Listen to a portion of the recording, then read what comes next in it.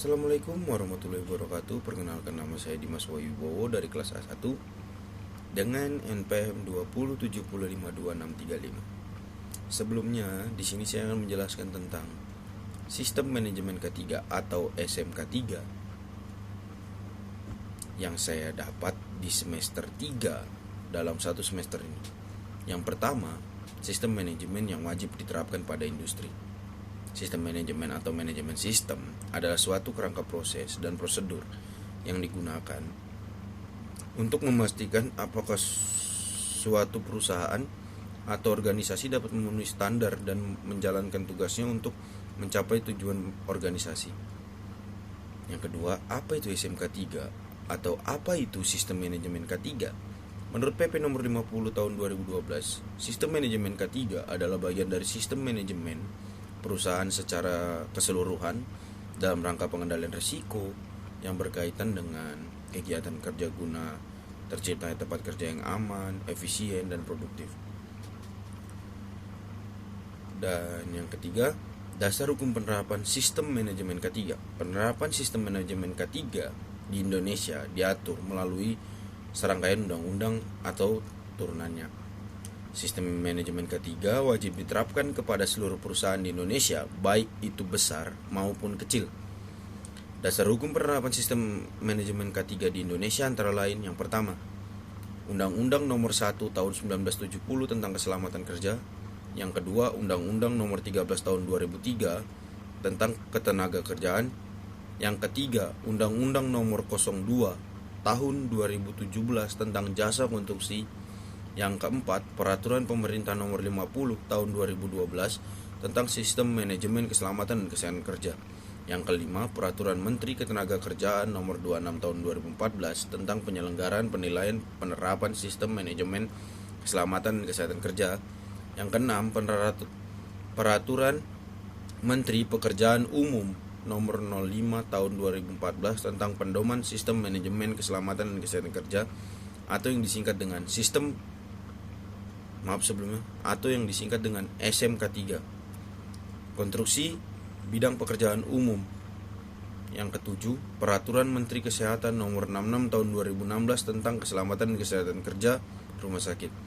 Berdasarkan peraturan di atas, maka perusahaan wajib menerapkan sistem manajemen K3 di tempat kerja dengan mengintegrasikan sistemnya dengan sistem manajemen K3. Kewajiban tersebut berlaku bagi perusahaan yang memperkerjakan tenaga paling sedikit 100 orang atau lebih dari 100 orang, namun dikategorikan mempunyai tingkat potensi bahaya tinggi. Di sektor konstruksi, melalui Permen PU Nomor 5 Tahun 2014, seluruh perusahaan bidang konstruksi wajib menerapkan sistem manajemen K3. Tujuannya adalah agar dapat meningkatkan efektivitas perlindungan keselamatan dan kesehatan kerja yang terencana, terstruktur, terukur, dan terintegrasi, dapat mencegah dan mengurangi kecelakaan kerja dan penyakit akibat kerja, serta menciptakan tempat kerja yang aman, nyaman, dan efisien untuk mendorong produktivitas. Maksud dan tujuan dari penerapan sistem manajemen K3 sesuai dengan Peraturan Pemerintah Nomor 50 Tahun 2012. Tujuan dari penerapan sistem manajemen K3 ini adalah: yang pertama, meningkatkan efektivitas pelindungan keselamatan dan kesehatan kerja yang terencana, terukur, terstruktur, dan terintegrasi. Yang kedua, mencegah dan mengurangi kecelakaan kerja dan penyakit kerja dengan melibatkan unsur manajemen, pekerja, buruh, dan serikat pekerja, serikat buruh, serta yang ketiga, menciptakan tempat kerja yang aman, nyaman, dan efisien untuk mendorong produktivitas. Kewajiban penerapan sistem manajemen K3 di perusahaan. Akhir-akhir ini kita sering mendengar dan melihat peristiwa dari media sosial mengenai berita kecelakaan kerja. Beragam faktor menjadi penyebab terjadinya kecelakaan kerja. Dapat terjadi oleh faktor manusia, faktor lingkungan maupun faktor peralatan kerja. Untuk mencegah terjadinya kecelakaan kerja, maka perusahaan wajib menerapkan sistem manajemen K3 menurut saya. Karena ada UU Undang-Undang Nomor 13 Tahun 2003 yang menyatakan bahwa setiap perusahaan wajib menerapkan sistem manajemen K3. Kewajiban itu apabila tidak dilaksanakan dengan baik, maka perusahaan dapat diberikan sanksi oleh pemerintah seperti diatur dalam pasal 190 undang-undang tersebut. Sanksi tersebut berupa surat teguran hingga pencabutan izin usaha. Tentu tidak ada perusahaan yang ingin usahanya dicabut tentu. Juga tidak ada perusahaan yang ingin pimpinannya perusahaannya harus berurusan dengan hukum.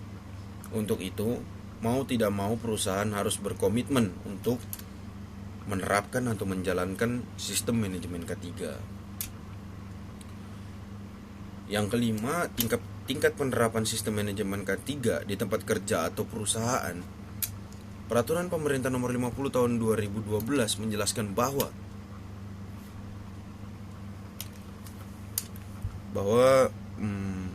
untuk melaksanakan penerapan sistem manajemen K3 dengan baik di tempat kerja perlu melalui 5 tahap, yaitu meliputi yang pertama penetapan kebijakan K3, yang kedua perencanaan K3, yang ketiga pelaksanaan rencana K3, yang keempat pemantauan dan evaluasi kinerja K3, dan yang kelima peninjauan atau peningkatan kinerja K3. Berikut ini penjelasan tiap tingkatan penerapan sistem manajemen K3 tersebut agar dapat Anda terapkan di tempat kerja Anda.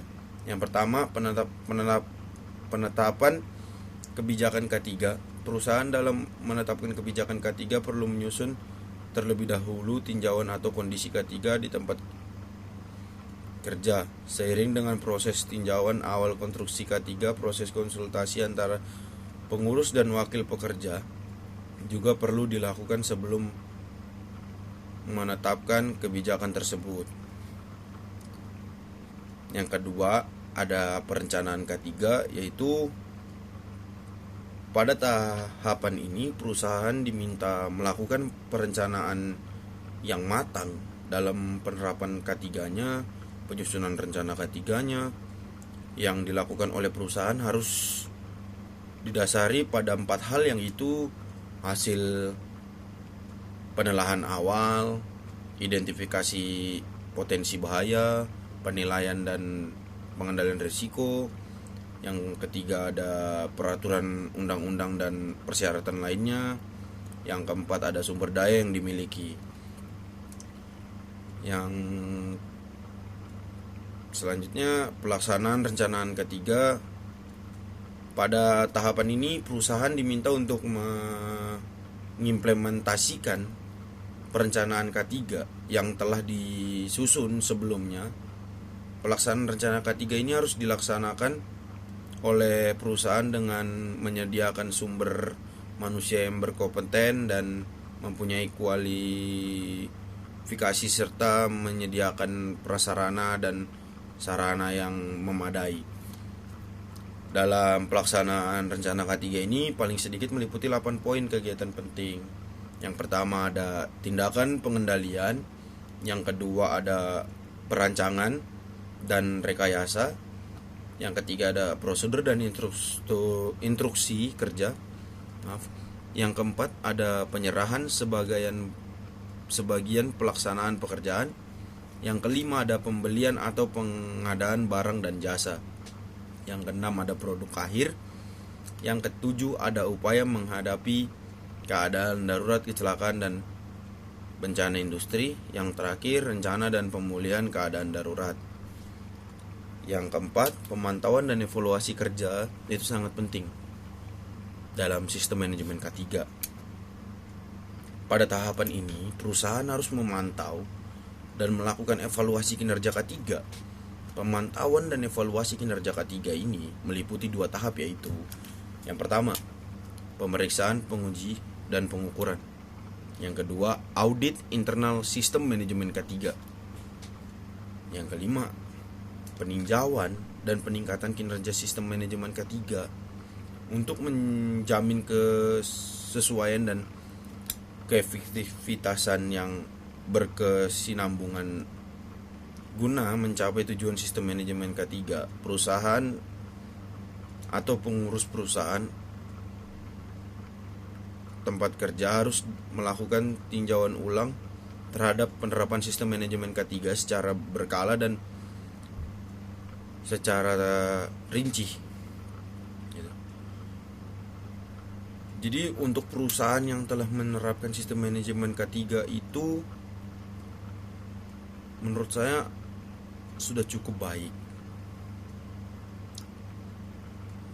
dan dapat mengurangi terjadinya kecelakaan pada perusahaan atau kecelakaan yang ada di perusahaan pada saat kerja. Jadi sekian dari saya. Untuk kesimpulannya, menurut saya sistem manajemen K3 ini sangat penting bagi kehidupan kita, maupun perusahaan-perusahaan besar maupun kecil. Ini sangat penting untuk diterapkan karena agar dapat mengurangi terjadinya kecelakaan kerja atau luka pada pekerjaan yang beresiko tinggi, bisa mengurangi. Dan itu aja yang bisa saya sampaikan. Maaf jika ada kekurangan dari apa yang saya dapat di materi semester 3 ini. Mohon dimaafkan. Assalamualaikum warahmatullahi wabarakatuh.